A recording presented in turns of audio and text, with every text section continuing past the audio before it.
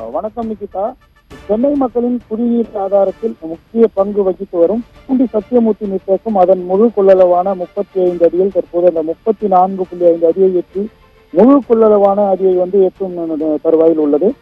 குறிப்பாக அணையின் மொத்த டிஎம்சியான 3.321 டிஎம்சியில் தற்போது 2.839 டிஎம்சியில் நீர் நிரம்பியுள்ளது.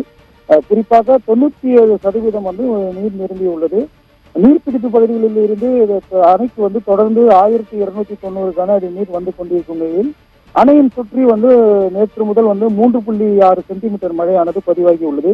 மேலும் பூண்டி சத்தியமூர்த்தி நீர்த்தேக்கத்திற்கு கொசஸ்தலை ஆற்றின் வழியாக, அதாவது ஆந்திர மாநிலம் அம்மாப்பள்ளி அணையிலிருந்து நேற்று இரவு அந்த உபரி நீரானது 2000 கன அடி வினாடிக்கு திறந்து விடப்பட்டுள்ளது.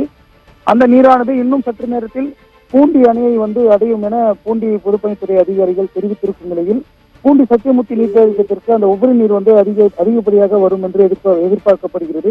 இதனிடையே பார்த்தோம்னால் இன்று அல்லது நாளைக்குள் இந்த பூண்டி சத்தியமூர்த்தி நீர்த்தேக்கத்திலிருந்து உபரி நீரானது கொசஸ்தலை ஆற்றில் திறந்துவிடப்படும் என பொதுப்பணித்துறையின் சார்பில் தெரிவிக்கப்பட்டுள்ளது.